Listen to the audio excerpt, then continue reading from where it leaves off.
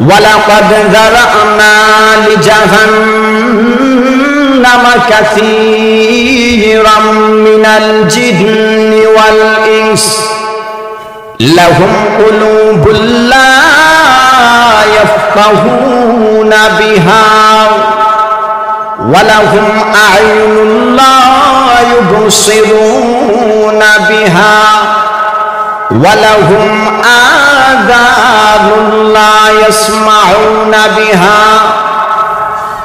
আল্লাহ বলেন ওয়ালাকাদ যারা'না লিজাহান্নামা কাসীরাম মিনাল জিন্নি ওয়াল ইনস,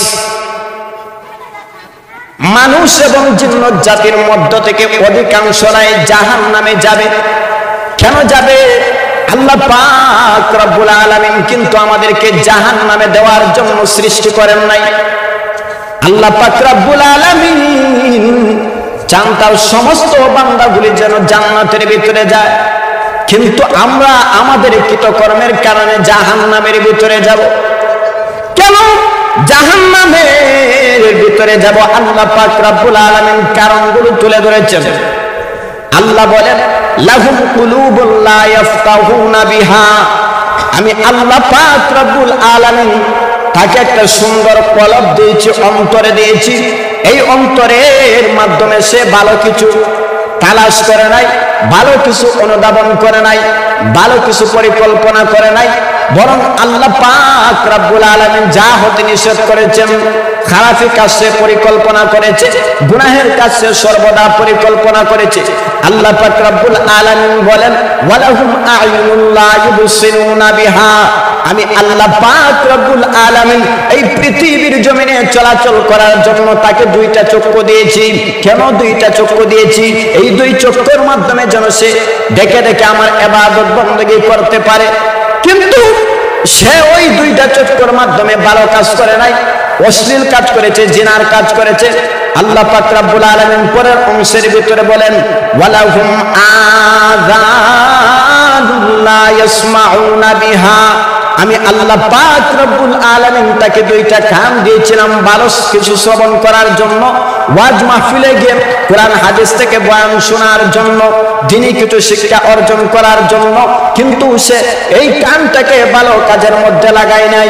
আল্লাহ বলেন যদি ওরা দুনিয়ার লাইনে সবচাইতে বড় শিক্ষিত হতে পারে, দুনিয়ার লাইনে গ্রহণযোগ্য মানুষ হতে পারে, কিন্তু আল্লাহর কোরআনের ভাষায় ওরা কিন্তু শিক্ষিত না।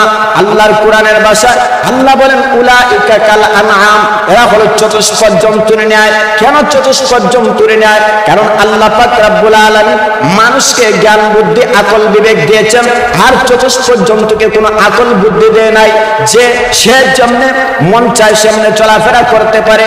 আল্লাহ পাক রব্বুল আলামিন বলেন মানুষ হওয়ার পরেও তোমাদেরকে বিবেক বুদ্ধি দিয়েছি, কিন্তু তুমি ওই গরু ছাগলের মতো চলাফেরা করেছো। সুতরাং গরু আর ছাগল আর তোমার মধ্যে কোনো ধরনের পার্থক্য নাই। আল্লাহ পাক রব্বুল আলামিন এই কথা বলে কিন্তু শেষ করেন নাই। আল্লাহ বলেন বাল বরং হুম আদাল, এর চাইতেও আরো তুমি বড় নিকৃষ্ট।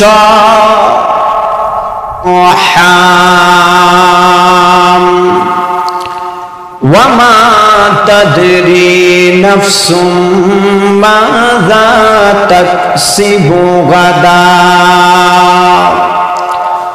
ওয়ামা তাদরি নাফসুম বিআইয়ি আরদিন তামুত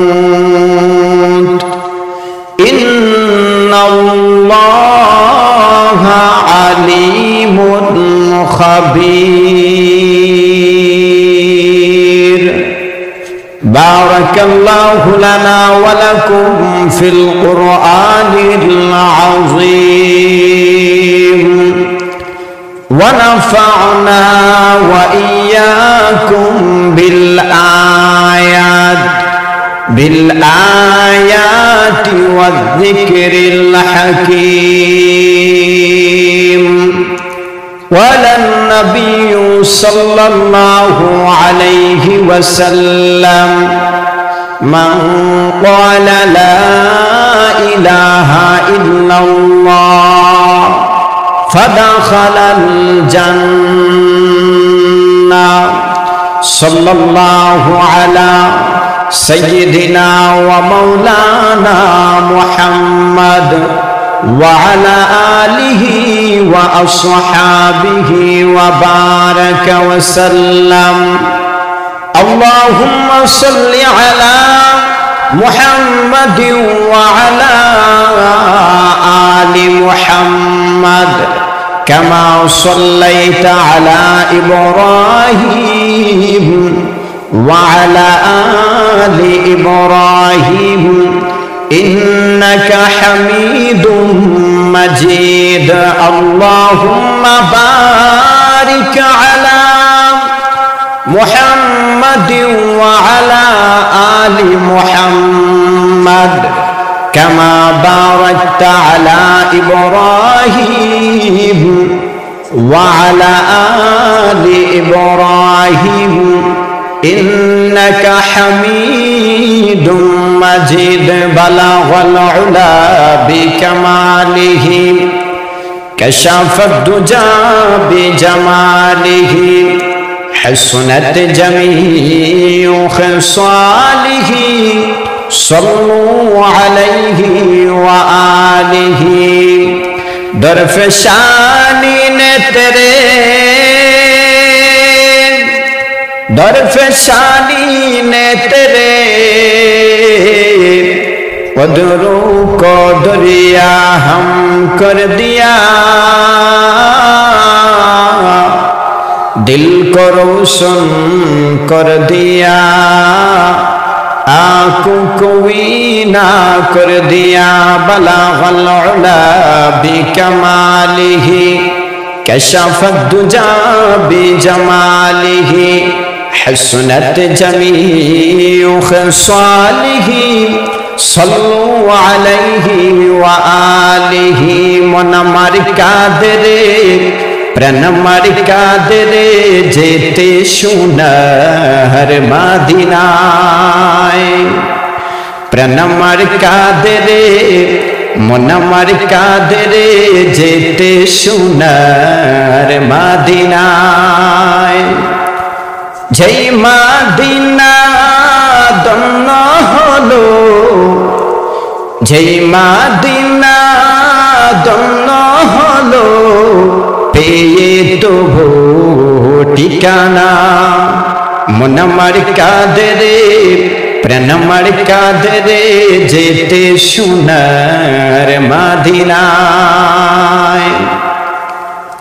यूसुफ पेते झूले का कादे सारा कादे इब्राहिम तोड़े সবারই সবরূপ মহান আল্লাহ দিয়েছে তোমায় বড়ে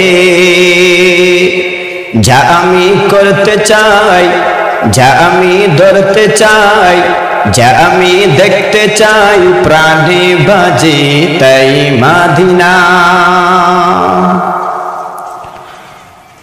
ওয়াইজখালী উত্তরপাড়া মসজিদ কর্তৃক আয়োজিত আজকের এই ওয়াজ মাহফিলের উপস্থিত চলমান অধিবেশনের সম্মানিত সভাপতি সাহেব,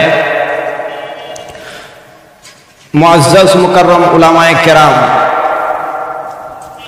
আমার কলিজার টুকরা যুবক বন্ধুগণ, স্নেহ ছোট ভাই, বাড়িতে আছেন পর্দার অন্তরালের অবস্থানবিত সম্মানিত মা ও বোনেরা, মহান আল্লাহ পাক ইজ্জতুল জালালের দরবারে লক্ষ করে শুকরিয়া জ্ঞাপন করছি যে আল্লাহ পাক রব্বুল আলামিন আমাদেরকে অত্যন্ত দয়া করে মায়া করে ভালোবেসে এই রহমতি বরকতি জান্নাতি মাহফিলের মধ্যে আসার বসার তৌফিক এনায়েত করেছেন। দুনিয়ার সমস্ত জায় জামালা থেকে, ফিতনা ফাসাদ থেকে বিরত রেখে এই জন্য মহান আল্লাহ পাক রব্বুল আলামিনের শুকরিয়া জ্ঞাপন করি হৃদয়ের অগণিত চিত্রে, শ্রদ্ধাজনিত কণ্ঠে, হৃদয়ের সবটুকু আবেগ আর ভালোবাসা উজাড় করে সঞ্চার করে আকাশ বাতাস মুখরিত করে মালিকের শুকরিয়া জ্ঞাপন করছি আলহামদুলিল্লাহ। মহান আল্লাহ পাক রব্বুল আলামিন এই পৃথিবীর জমিনে আমাদেরকে এমনি এমনিতেই পাঠান নাই। এই পৃথিবীতেও মানুষ যদি কাজ করে এই কাজটার পিছনে একটা না একটা উদ্দেশ্য থাকে। উদ্দেশ্য ছাড়া কোনো মানুষ কোনো কাজ করতে চায় না। একজন কৃষক, ওনাকে যদি জিজ্ঞাসা করা হয় আপনি এই কুয়াশার দিনে, শীতের দিন সকালবেলা ঘুম থেকে উঠে কেন লাঙ্গল নিয়ে হাল চাষ করতে যান, ওই ব্যক্তিও জবাব দেবে এটার পিছনে আমার উদ্দেশ্য হলো যখন ফসলের সময় আসবে তখন আমি ঘরের মধ্যে ধান নিতে পারবো, ঘর ভর্তি করতে পারবো ফসল দিয়ে। সবাই একটা একটা উদ্দেশ্য নিয়ে কাজ করে।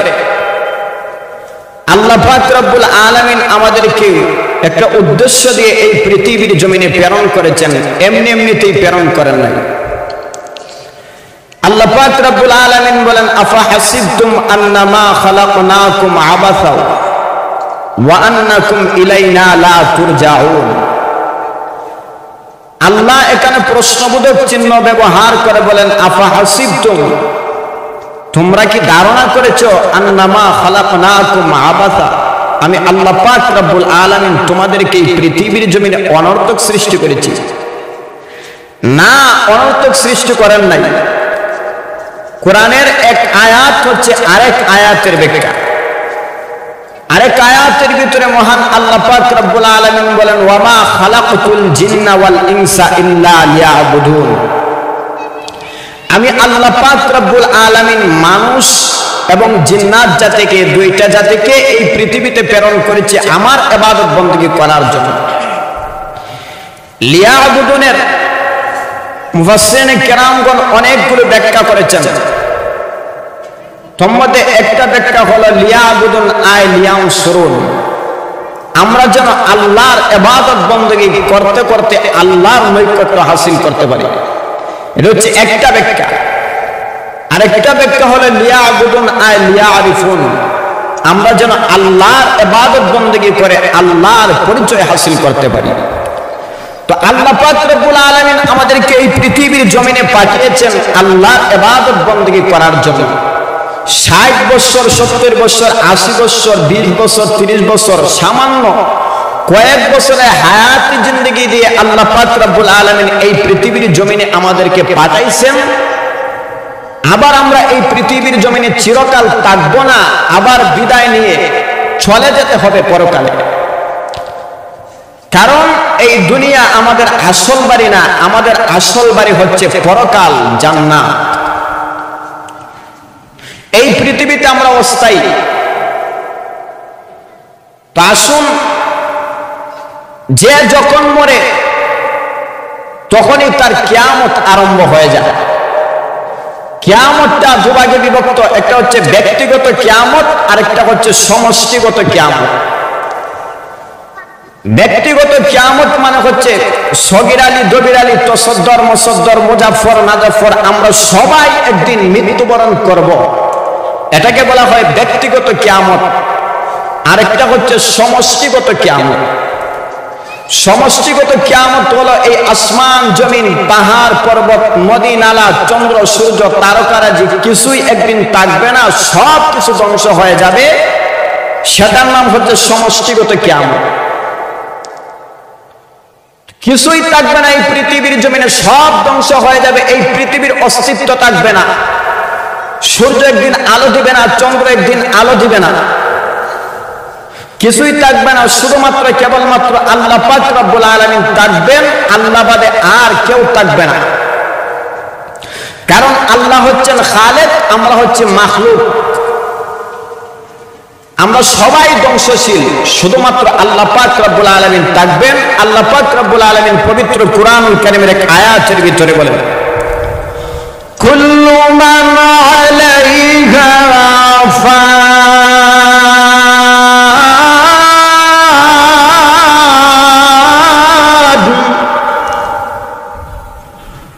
ওয়া ইয়াবকা ওয়াজহু রাব্বিকা যুল জালালি ওয়াল ইকরাম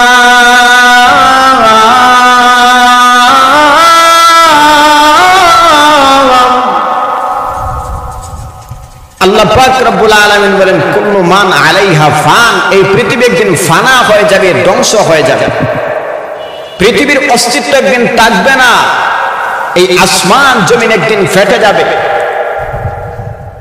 তারকারাজি একদিন ধসে পড়ে যাবে, এই পাহাড় পর্বত একদিন তুলার মতো উঠতে থাকবে, কিছুই থাকবে না।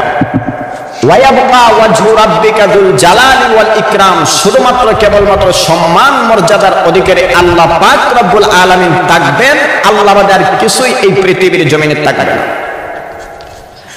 আমার ভাইরা লক্ষ্য করে দেখুন, আপনার আমার জান যে ফেরেশতা কবজ করবে সেই ফেরেশতার নাম হলো আজরাইল। এই আজরাইল কিন্তু এই পৃথিবীর জমিনে একদিন থাকবে না। এই পৃথিবীর জমিনের যত মানুষ রয়েছে, যত প্রাণী রয়েছে, সব কিছুর জান কবজ করে আল্লাহ পাক রব্বুল আলামিনের কাছে আজরাইল ডাক দিয়ে বলবে, আল্লাহ পৃথিবীর সমস্ত মানুষের জান কবজ করে ফেলেছে, এখন আর কিছুই নাই, এখন আমার কাজ কি? আল্লাহ পাক রব্বুল আলামিন ডাক দিয়ে বলবেন, আজরাইল তুমি এখন তোমার নিজের জানটা নিজে নিজে কবজ করো। হাদিসের মধ্যে আসছে, আজরাইল যখন নিজের জানটা নিজে নিজে কবজ করবে তখন এমন সজোরে একটা চিৎকার মারবে, এই চিৎকারের আওয়াজ যদি এই পৃথিবীর মানুষেরা শুনতে পেত তাহলে সঙ্গে সঙ্গে মৃত্যুবরণ করত। কতটুকু কষ্ট হবে তার নিজের জানটা নিজে নিজে কবজ করতে। এত বোঝা গেল আজরাইলও থাকবে না, কেউই থাকবে না, শুধুমাত্র কেবলমাত্র আল্লাহ পাক রব্বুল আলামিন থাকবেন, আল্লাহ বাদে আর কিছুই থাকবে না। আমরা সবাই মৃত্যুবরণ করব, যেটাকে বলা হয় ব্যক্তিগত কিয়ামত। যার যখন মৃত্যু হয়ে যাবে তারই তখন ব্যক্তিগত কিয়ামত হয়ে যাবে। এই ব্যক্তিগত কিয়ামত নিয়ে কাহারও কোনো ইখতিলাফ আর দ্বিমত নাই। যদি একজন হিন্দু মানুষকেও জিজ্ঞাসা করা হয় তোমার কি মৃত্যু হবে, বলবে হ্যাঁ মৃত্যু হবে। খ্রিস্টান, ইহুদি, নাসারা যাকেই আপনি জিজ্ঞাসা করবেন সেই উত্তর দেবে হ্যাঁ মৃত্যুবরণ হবে। এই ব্যক্তিগত কিয়ামত নিয়ে চাই আস্তিক হোক চাই নাস্তিক হোক, সবাই একমত মৃত্যুবরণ করতে হবে। আস্তিক মানে হচ্ছে যারা আমরা আল্লাহকে বিশ্বাস করি, আমরা হচ্ছে আস্তিক। অর্থাৎ যারা উপরওয়ালাকে বিশ্বাস করে তারা হচ্ছে আস্তিক। হিন্দুরাও উপরওয়ালা বিশ্বাস করে, খ্রিস্টানরাও উপরওয়ালা বিশ্বাস করে, যার কারণে তারা হচ্ছে আস্তিক। আর নাস্তিক হচ্ছে যারা আল্লাহর দেওয়া নাজ নিয়ামত ভোগ করে, আল্লাহর দেওয়া আলো বাতাস গ্রহণ করে, আল্লাহর দেওয়া অক্সিজেন গ্রহণ করে, অথচ তারাই বলে দেয়ার ইজ নো গড, আল্লাহ বলতে কোনো কিছু নাই, তাদেরকে বলা হয় নাস্তিক। এই নাস্তিকগুলো দেখবেন আবার বড় বড় শিক্ষিত, দুনিয়ার লাইনে শিক্ষা অর্জন করতে করতে দেশের মধ্যে তো জ্ঞান দেয়, বাহিরের রাষ্ট্রের মধ্যেও সেই নাস্তিক জ্ঞান দেয়। বিমান আবিষ্কার করতে পারে, উড়োজাহাজ, হেলিকপ্টার আবিষ্কার করতে পারে, এমনকি চন্দ্রের খবর পর্যন্ত নিতে পারে, কিন্তু তার মাথার মধ্যে আল্লাহ যে একজন আছে এটা তার মাথার মধ্যে ঢুকে না। আল্লাহ পাক রব্বুল আলামিন বলেন দুনিয়ার লাইনেও যদি এরা বড় শিক্ষিত হয় কিন্তু আল্লাহর কোরআনের ভাষায় কিন্তু তারা বড় শিক্ষিত না, সবচাইতে বড় মূর্খ, সবচাইতে বড় জাহেল। আল্লাহ পাক রব্বুল আলামিন বলেন ওয়ালাকাদ যারানা লিজাহান্নামা কাসীরাম মিনাল জিন্নি ওয়াল ইনস লাহুম কুলুবুল লা ইয়াফকাহুনা বিহা ওয়ালাহুম আ'য়ুনুন লা ইউবসিরুনা বিহা ওয়ালাহুম আযানুন লা ইয়াসমাউনা বিহা। আল্লাহ বলেন ওয়ালাকাদ যারানা লিজাহান্নামা কাসীরাম মিনাল জিন্নি ওয়াল ইনস, মানুষ এবং জিন্নাত জাতির মধ্য থেকে অধিকাংশরাই জাহান্নামে যাবে। কেন যাবে? আল্লাহ পাক রব্বুল আলামিন কিন্তু আমাদেরকে জাহান্নামে দেওয়ার জন্য সৃষ্টি করেন নাই। আল্লাহ পাক রব্বুল আলামিন চান তার সমস্ত বান্দাগুলি যেন জান্নাতের ভিতরে যায়, কিন্তু আমরা আমাদের কৃতকর্মের কারণে জাহান্নামের ভিতরে যাব। কেন জাহান্নামের ভিতরে যাব? আল্লাহ পাক রব্বুল আলামিন কারণগুলো তুলে ধরেছেন। আল্লাহ বলেন, লাহুম কুলুবুন লা ইয়াফকাহুনা বিহা। আমি আল্লাহ পাক রব্বুল আলামিন তাকে একটা সুন্দর কলব দিয়েছি, অন্তরে দিয়েছি। এই অন্তরের মাধ্যমে সে ভালো কিছু তালাশ করে নাই, ভালো কিছু অনুধাবন করে নাই, ভালো কিছু পরিকল্পনা করে নাই, বরং আল্লাহ পাক রব্বুল আলামিন যা হতে নিষেধ করেছেন খারাপি কাজে পরিকল্পনা করেছে, গুনাহের কাজে সর্বদা পরিকল্পনা করেছে। আল্লাহ পাক রব্বুল আলামিন বলেন, ওয়ালাহুম আ'য়ুনুন লা ইউবসিরুনা বিহা। আমি আল্লাহ পাক রব্বুল আলামিন এই পৃথিবীর জমিনে চলাচল করার জন্য তাকে দুইটা চক্ষু দিয়েছি। কেন দুইটা চক্ষু দিয়েছি? এই দুই চক্ষুর মাধ্যমে যেন সে দেখে দেখে আমার ইবাদত বندگی করতে পারে। কিন্তু সে ওই দুইটা চক্ষুর মাধ্যমে ভালো কাজ করে নাই, অশ্লীল কাজ করেছে, জিনার কাজ করেছে। আল্লাহ পাক রব্বুল আলামিন পরের অংশের ভিতরে বলেন, ওয়ালাহুম আযানুন লা ইয়াসমাউনা বিহা। আমি আল্লাহ পাক রব্বুল আলামিন তাকে দুইটা কান দিয়েছিলাম ভালো কিছু শ্রবণ করার জন্য, ওয়াজ মাহফিলে গিয়ে কোরআন হাদিস থেকে বয়ান শোনার জন্য, দ্বীনি কিছু শিক্ষা অর্জন করার জন্য, কিন্তু সে এই কানটাকে ভালো কাজের মধ্যে লাগায় নাই। আল্লাহ বলেন, যদি ওরা দুনিয়ার লাইনে সবচাইতে বড় শিক্ষিত হতে পারে, দুনিয়ার লাইনে গ্রহণযোগ্য মানুষ হতে পারে, কিন্তু আল্লাহর কোরআনের ভাষায় ওরা কিন্তু শিক্ষিত না। আল্লাহর কোরআনের ভাষায় আল্লাহ বলেন, উলাইকা কাল আনআম।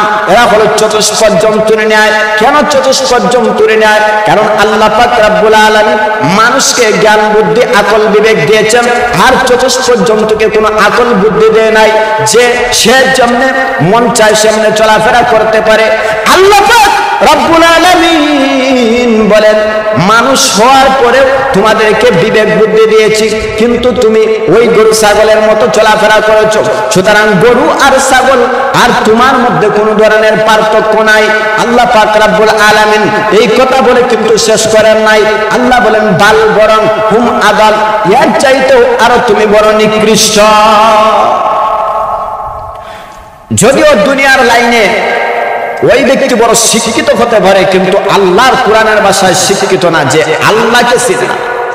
দুনিয়ার সব কিছু চিনতে পারলো, কিন্তু এক আল্লাহ যে আছেন এই আল্লাহকে চিনল না। এই হচ্ছে সমাজের মধ্যে সবচাইতে মূর্খ, সবচাইতে বড় জাহেল, সবচাইতে বড় অজ্ঞ। তো আমরা যারা আস্তিক আছি, আমরা আল্লাহকে বিশ্বাস করি। নাস্তিক যারা, তারা আল্লাহকে বিশ্বাস করে না। তো ছোট কিয়ামত নিয়ে আস্তিক হোক, নাস্তিক হোক, বিভিন্ন ধর্মাবলম্বী ভাইয়েরা হোক, সবাই বিশ্বাস করে যে আমার একদিন মৃত্যু হবে। কিন্তু সমষ্টিগত কিয়ামত নিয়ে ইখতিলাফ রয়েছে, দ্বিমত রয়েছে। আল্লাহ পাক রব্বুল আলামিন বলেন, আম্মা ইয়াতাসাআলুন আনিন নাবাইল আযীম আল্লাযী হুম ফীহি মুখতালিফুন। আনিন নাবাইল আযীম মানে হলো কিয়ামত। কিয়ামত নিয়ে আল্লাযী হুম ফীহি মুখতালিফুন, ইখতিলাফ রয়েছে, দ্বিমত রয়েছে। তিনটা মত রয়েছে। একদল মানুষ বলে কিয়ামত হতেও পারে, আবার নাও হতে পারে। আরেকদল মানুষ যারা, তারা বলে যে কিয়ামত হবে, তো হয় না তো। আল্লাহ যে বলছে, তাদের আল্লাহ বলেছে কিয়ামত হবে, হয় না কেন? তারা বলে কিয়ামতকে ডাইকা নিয়ে আসে। আর আমরা যারা আছি, আমরা কিয়ামতকে বিশ্বাস করি যে এই পৃথিবীর অস্তিত্বের দিন থাকবে না, সব কিছু ধ্বংস হয়ে যাবে। কারণ যেই ব্যক্তি এই কথা বিশ্বাস করবে না, তার ঈমান থাকতে পারে না। এই জন্যই আমার তেলাওয়াতকৃত আয়াতের ভিতরে মহান আল্লাহ পাক রব্বুল আলামিন বলেন, পাঁচটা ইলম এমন আছে যে ইলমগুলো দুনিয়ার কোনো মানুষ জানে না, দুনিয়ার কোনো পয়গম্বর, দুনিয়ার কোনো সাহাবী, তাবি, তবে তাবি, ওলি গৌস কুতুব কেউ এই ইলমগুলো সম্পর্কে জানে না। এই ইলমগুলো সম্পর্কে একমাত্র আল্লাহ পাক রব্বুল আলামিন জানেন। আমার ভাইয়েরা, লক্ষ্য করে দেখুন কেন আল্লাহ পাক রব্বুল আলামিন এই পাঁচটা ইলম আমাদেরকে জানায় দেন নাই। এই পাঁচটা ইলমের মধ্যে সর্বপ্রথম ইলমটা হচ্ছে আল্লাহ পাক রব্বুল আলামিন বলেন ইন্নাল্লাহা ইনদাহু ইলমুস সাআ। কিয়ামত কখন হবে কোন মানুষ, দুনিয়ার কোন পয়গম্বর, দুনিয়ার কোন ওলি, দুনিয়ার কোন দার্শনিক বৈজ্ঞানিক, দুনিয়ার কোন আল্লাহওয়ালা বলতে পারবে না। এটার জ্ঞান একমাত্র আল্লাহ পাক রব্বুল আলামিনের হাতে। আল্লাহ ছাড়া কেউ কিয়ামত কখন হবে কেউ বলতে পারবে না। কেন আল্লাহ পাক রব্বুল আলামিন কিয়ামতকে আমাদের জন্য জানায় দেন নাই? এর কারণ হলো, যদি কোনো ব্যক্তি জানতে পারতো তার মৃত্যু হয়ে যাবে, তার বাবার মৃত্যুর পরে তার মৃত্যু হবে, তাহলে তার বাবার মৃত্যু পর্যন্ত সেই ছেলেটা অপেক্ষা করত। আর তার বাবার মৃত্যুর আগ পর্যন্ত সে শুধু নাফরমানি কাজ করত, অশ্লীল কাজ করত, আল্লাহর বিধান মানত না, সীমা লঙ্ঘন করত। আর যখন তার বাবা মৃত্যু হয়ে যাইত, তারপরে সে সব সময় একবারে আল্লাহর ইবাদত বন্দেগী, 5 ওয়াক্ত নামাজ কখনোই ছাড়তো না, তাসবিহ তাহলিল তাওবা ইস্তেগফার সব সময় করত। যার কারণে আল্লাহ পাক রব্বুল আলামিন ছোট কিয়ামত আমাদেরকে জানায় দেন নাই, এবং সমষ্টিগত কিয়ামতটাও আল্লাহ পাক রব্বুল আলামিন আমাদেরকে জানায় দেন নাই। তো কিয়ামত একদিন হবে, এটা ঠিক। আল্লাহ পাক রব্বুল আলামিন বলেন ইন্নাস সাআতা আতিয়াতুন আকাদু উখফিহা। আল্লাহ পাক রব্বুল আলামিন বলেন ইন্নাস সাআতা আতিয়াতুন, কিয়ামত অবিসম্ভাবী, আকাদু উখফিহা, আমি আল্লাহ পাক রব্বুল আলামিন তা গোপন করে রেখেছি। কেন গোপন করে রেখেছি? লিতুজা, যেন আমি আল্লাহ পাক রব্বুল আলামিন তাদেরকে প্রতিদান দিতে পারি। কুল্লু নাফসিন বিমা তাসা, দুনিয়াতে যা সে কসব করে কামাই করে উপার্জন করে, অর্থাৎ দুনিয়াতে যদি সে ভালো কাজ করে ভালো কাজের প্রতিদান দিব, মন্দ কাজ করলে মন্দ কাজের প্রতিদান দিব। এই জন্য আল্লাহ পাক রব্বুল আলামিন আমাদেরকে কোন কিয়ামত, দুনিয়া কিয়ামতটাই আমাদেরকে জানায় দেন নাই। কেন জানায় দেন নাই? আল্লাহ পাক রব্বুল আলামিন যদি বলতেন যে অমুক ব্যক্তি 70 বছর বয়সে মৃত্যুবরণ করবে, তাহলে সে শুধু 69 বছর পর্যন্ত গুনাহের কাজ করত। আর যখন 70 বছর হয়ে যাইত, তখন মসজিদের মধ্যে গিয়া ইতিকাফের মধ্যে বসে যাইত, আর একটা তাসবিহ লইয়া সব সময় তাসবিহটি পাইত, সারা রাত আল্লাহর ইবাদত বন্দেগীর মধ্যে, তাহাজ্জুদের মধ্যে কাটাই দিত, তাওবা ইস্তেগফার করত। কিন্তু আল্লাহ পাক রব্বুল আলামিন সেই সুযোগটা আমাদেরকে দেন নাই। কেন দেন নাই? যে সর্বহালাতে সর্বসময়ে যেন আমাদের মৃত্যুর ভয়টা আমাদের অন্তরের ভিতরে থাকে, যে কখন কোন সময় মৃত্যু হয়ে যেতে পারে বলা যায় না। কারণ দুনিয়ার কেউ জানে না, একদিন পরেও হতে পারে, 1 ঘন্টা পরেও হতে পারে, 1 সেকেন্ড পরেও হতে পারে। এটার কোনো কেউ বলতে পারবে না কখন মৃত্যু হবে। এই কারণে আল্লাহ পাক রব্বুল আলামিন আমাদেরকে জানায় দেন না, যেন সর্বসময় আমরা মৃত্যুর জন্য প্রস্তুত থাকতে পারি।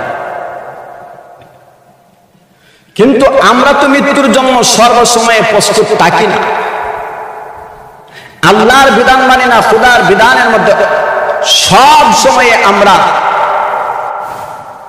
অলসতা করি, আল্লাহর বিধানগুলো আমরা যথাযথভাবে পালন করি না। এমনকি আমরা এমন কথা বলি, অনেক সময় আমাদের ঈমানও চলে যেতে পারে। আল্লাহর হাবিব প্রিয় নবী সাল্লাল্লাহু আলাইহি ওয়াসাল্লাম বলেছেন, আখির জামানায় এমন একটা সময় আসবে, যেই সময় বান্দার সকালবেলা ঈমান থাকবে, বিকালবেলা ঈমান থাকবে না। এই জন্য সর্বসময়ে আমাদের ভিতরে ঈমান আছে কি নাই, সব সময় নিজের মধ্যে যাচাই করতে হবে। আমার ভাইয়েরা,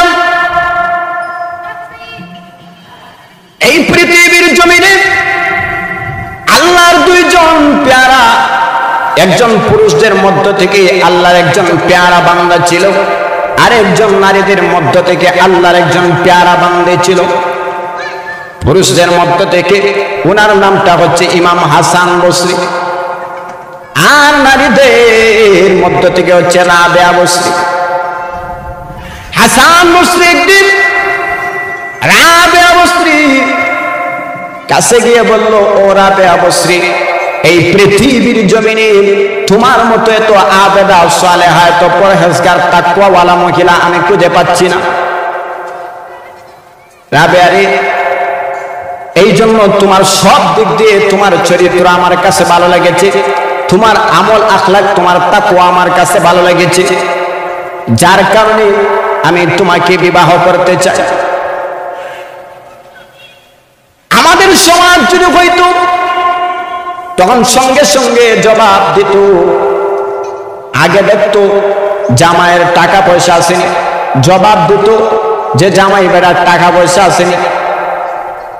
কিন্তু রাবেয়া বসরি ডাক দিয়া বলল, এরে হাসান বসরি, তোমার কাছে আমার 3টা প্রশ্ন আছে, এই 3টা প্রশ্নের জবাব যদি তুমি দিতে পারো তাহলে আমি তোমার কাছে বিবাহ বন্ধনে আবদ্ধ হয়ে যাব।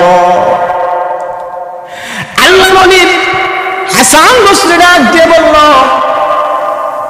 ওরে রাবেয়া, বলো তোমার কোন 3টা প্রশ্ন? কয়, প্রথম নাম্বার প্রশ্ন হলো, আমি এই পৃথিবীর জমিন থেকে যেদিন চিরকালের জন্য বিদায় নিয়ে চলে যাব, কারণ এই পৃথিবীর জমিনে আমরা কেউ চিরদিন বাঁচব না।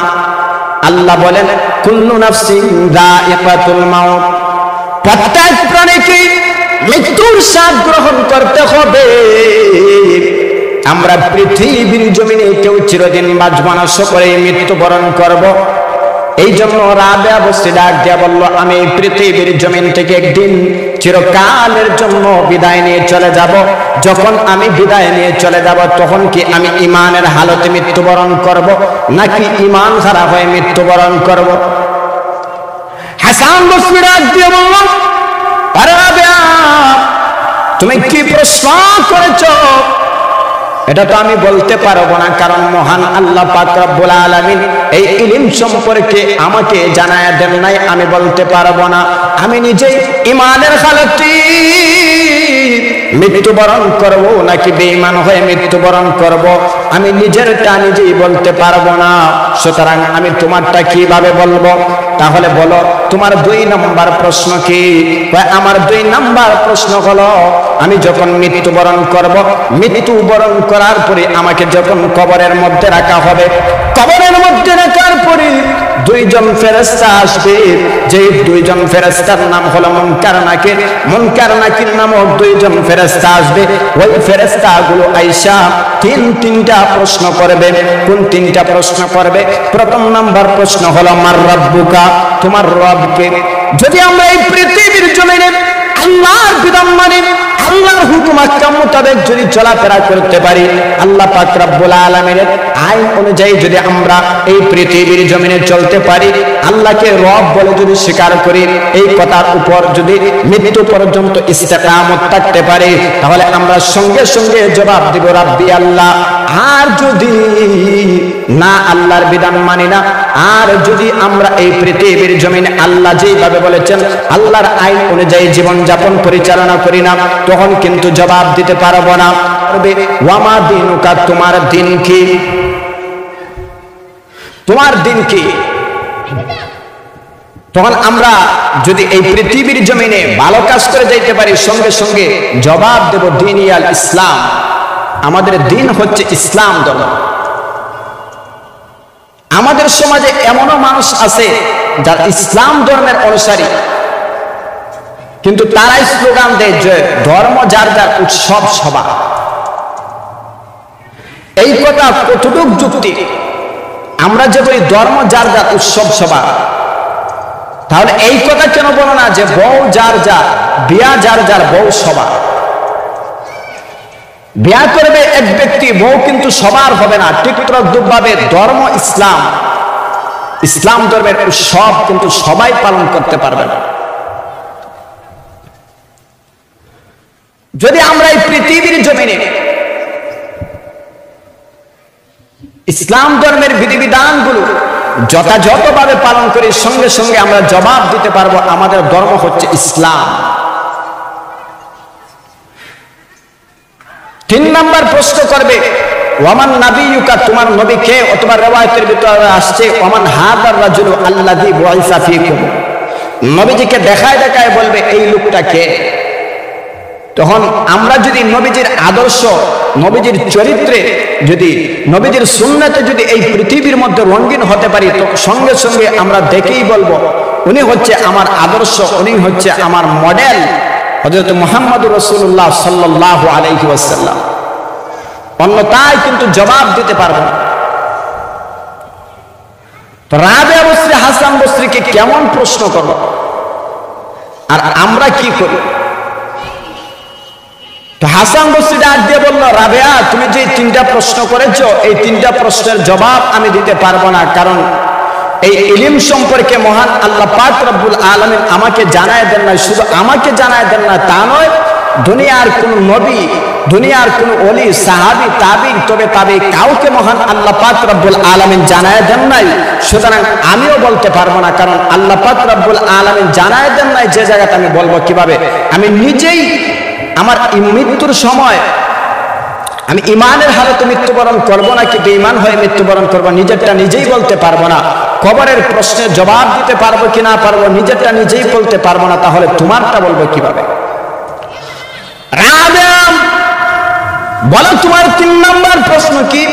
বলে আমার 3 নাম্বার প্রশ্ন হলো, আমরা কিন্তু এই পৃথিবীর জমিনে থেকে বিদায় নিয়ে চলে যাব, কবরের জগতে যাব। কবরের জগৎ কিন্তু আমাদের আসল বাড়ি না। কবর হচ্ছে পরকালে স্থানান্তরিত হওয়ার একটা স্টেশন, একটা এয়ারপোর্ট হচ্ছে কবর।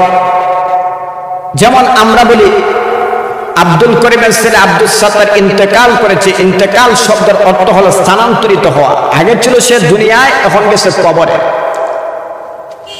কবরেও কিন্তু সে চিরদিন থাকবে না, কবর থেকে স্থানান্তরিত হয়ে আবার সে আল্লাহর আদালতে দাঁড়াইতে হবে। আল্লাহ বলেন লামাজমুউন ইলা মিকাতি ইয়াউমিন মা'লুম। আল্লাহ পাক রব্বুল আলামিন বলেন নির্দিষ্ট একটা সময়ে আমি আল্লাহ পাক রব্বুল আলামিন তোমাদের সবাইকে একত্রিত করব। আল্লাহর আদালতে আমরা সবাই দাঁড়াবো, এত কোনো সন্দেহ নাই। যদি সন্দেহ থাকে ঈমান থাকবে না।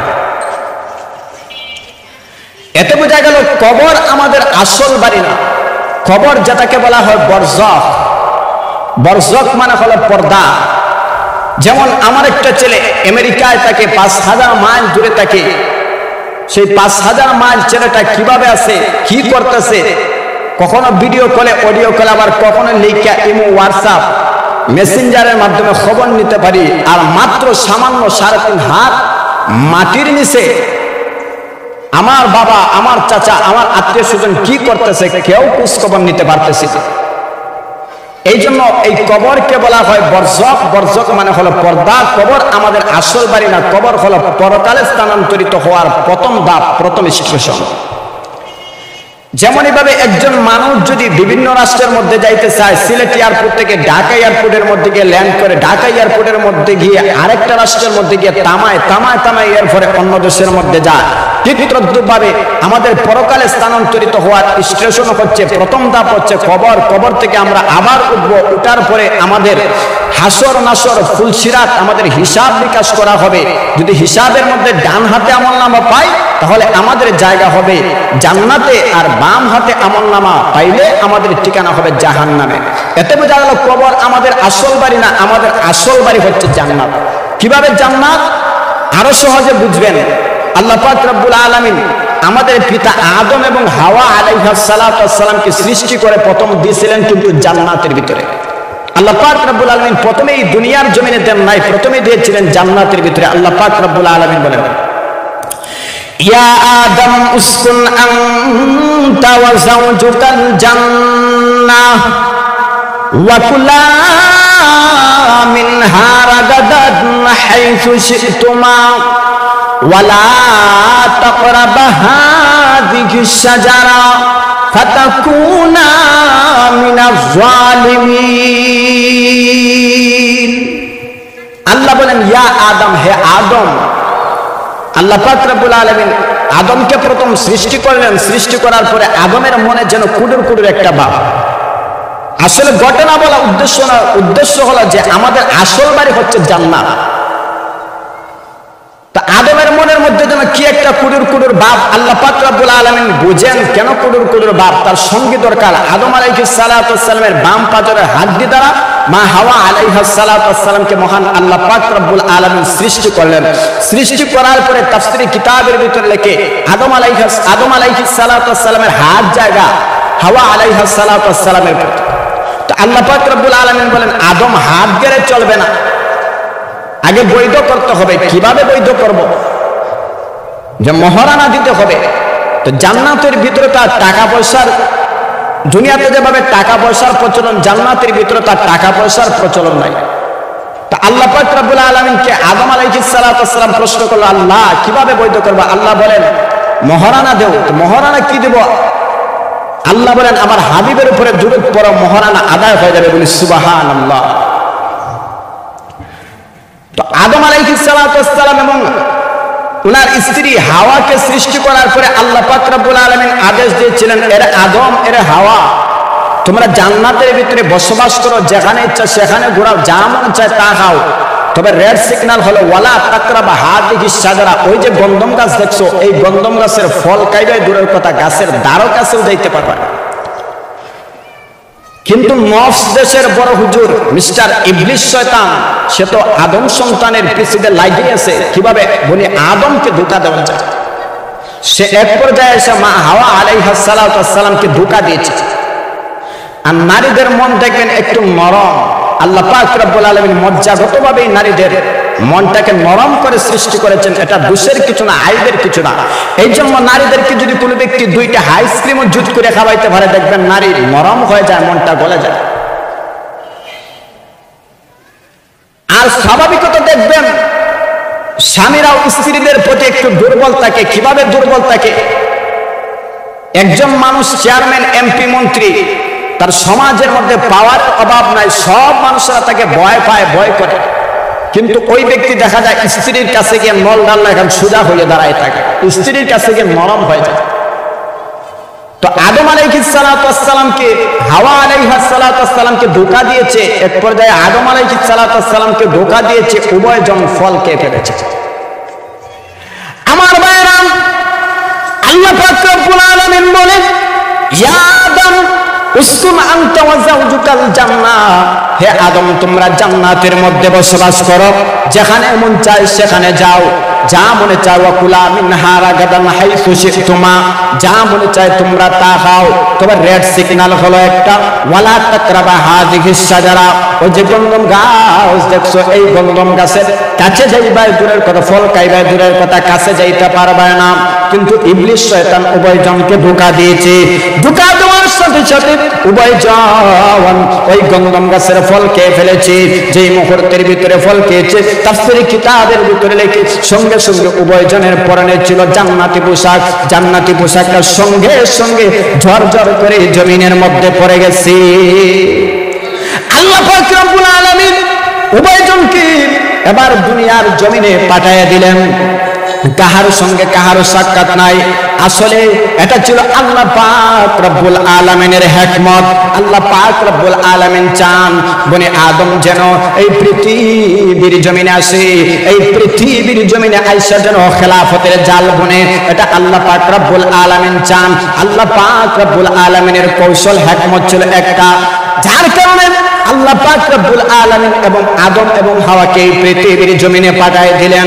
এখানে দেখেন মানুষ কিন্তু দুইজন, আদম এবং হাওয়াকে সৃষ্টি করেছেন আল্লাহ পাক রব্বুল আলামিন। পরের আয়াতের ভিতরে বলেন কুন্নাহবিতু বিনহা জামিআ ফাইম্মা ইয়াতিয়ান্নাকুম মিন্নি হুদা ফামান তাবিআ হুদায়া ফালা খাউফুন আলাইহিম ওয়ালা হুম ইয়াহজানুন। আল্লাহ বলেন কুন্নাহবিতু, মিনহা জামিয়া, এখানে মানুষ হচ্ছে দুইজন। আল্লাহ দ্বিবচনের সেগা ব্যবহার না করে আল্লাহ বহুবচনের সেগা কেন ব্যবহার করেছেন? আল্লাহ এই কথা বলছেন না তোমরা দুইজন জমিনে নেমে যাও, দুইজন না বলে আল্লাহ কেন বলেছেন তোমরা সকল জমিনের মধ্যে নেমে যাও? অর্থাৎ আল্লাহ পাক রব্বুল আলামিন এখানে বাহ্যিক দৃষ্টিতে আদম এবং হাওয়াকে উদ্দেশ্য নিয়েছেন, কিন্তু পরোক্ষভাবে আল্লাহ পাক রব্বুল আলামিন সমস্ত বনি আদমকে উদ্দেশ্য নিয়েছেন। আল্লাহ পাক রব্বুল আলামিন এই কথাটাই বুঝিয়েছেন, এরা আদম এরা হাওয়া তোমরা উভয়জন কিন্তু দুনিয়ার জমিনে যাইবা না, বরং তোমাদের পরবর্তী যুগের যত নেক প্রজন্ম আছে তোমরা সবাই এই পৃথিবীর জমিনে নেমে যাও। কারণ আল্লাহ চান এই পৃথিবীর জমিনে বনি আদম খেলাফতের জাল বুনবে। আমার ভাইয়েরা আসুন লক্ষ্য করে দেখুন, আল্লাহ পাক রব্বুল আলামিন চান এই পৃথিবীর জমিনে বনি আদম খেলাফতের জাল বুনবে।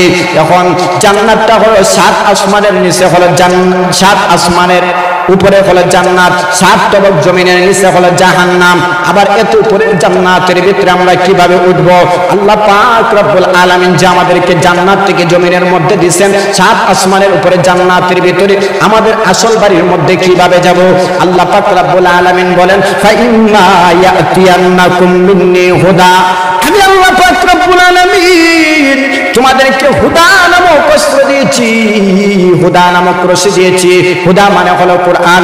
যেমনই ভাবে একটা কূপের মধ্যে যদি বালতি ফালানো হয় 200 হাত 300 হাত নিচ থেকে রশির মাধ্যমে যেইভাবে পানি তোলা যায়, ঠিক তদ্রূপভাবে আল্লাহ পাক রব্বুল আলামিন আমাদেরকে কোরআন নামক রশি দিয়েছেন। ফাইম্মা ইয়াতিয়ান্নাকুম মিন্নি হুদা, আল্লাহ পাক রব্বুল আলামিন হুদা মানে হলো কোরআন, কোরআন কারীম আমাদেরকে দিয়েছেন।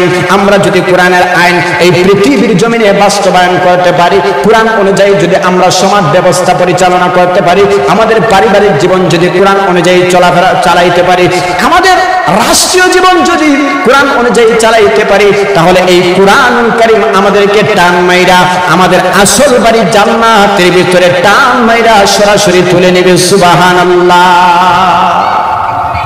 এটাকে আমরা বুঝলাম আমাদের আসল বাড়ি কবর না, আমাদের আসল বাড়ি হচ্ছে জান্নাত। হাসান বসরি ডাক দিয়ে বলল, রাবেয়া বলো তোমার 3 নাম্বার প্রশ্ন কি? কয় আমার 3 নাম্বার প্রশ্ন হলো হাসরের মাঠে যখন বিচারের কষ্ট আরম্ভ হয়ে যাবে, ওই বিচারের মধ্যে আমি রাবেয়া ডান হাতে আমলনামা পাবো না বাম হাতে আমলনামা পাবো? যদি এই পৃথিবীর জমিনে আল্লাহর বিধান অনুযায়ী জীবন যাপন চালায়, তাহলে তাকে আল্লাহ পাক রব্বুল আলামিন ডান হাতে আমলনামা দিবেন। আর যদি এই পৃথিবীর জমিনে ভালো কাজ না করে, তাহলে আল্লাহ পাক রব্বুল আলামিন বাম হাতটা পেটের মধ্যে দিয়ে ঢুকাই দিয়া পশ্চাৎ দিক থেকে তার আমলনামা দিবেন। সেই ব্যক্তি জাহান্নামের মধ্যে চলে যাবে, কারণ বাম হাতে আমলনামা পেয়েছে। এজন্য আসুন রাবেয়া বসরি বলল, এই প্রশ্নের জবাব দাও, আমি ডান হাতে আমলনামা পাবো না বাম হাতে আমলনামা পাবো? হাসান বসরি ডাক দিয়ে বলল, রাবেয়া রে, এই 3টা প্রশ্নের জবাব দুনিয়ার কেউ দিতে পারবে না, আমি দিতে পারবো না।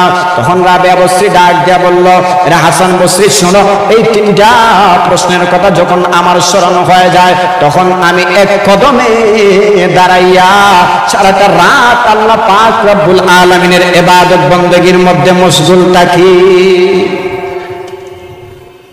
এরে হাসান বসরি, আমার যখন এই কথাগুলো স্মরণ হয়ে যায়, তখন আমার আর বিবাহ বসতে মন চায় না।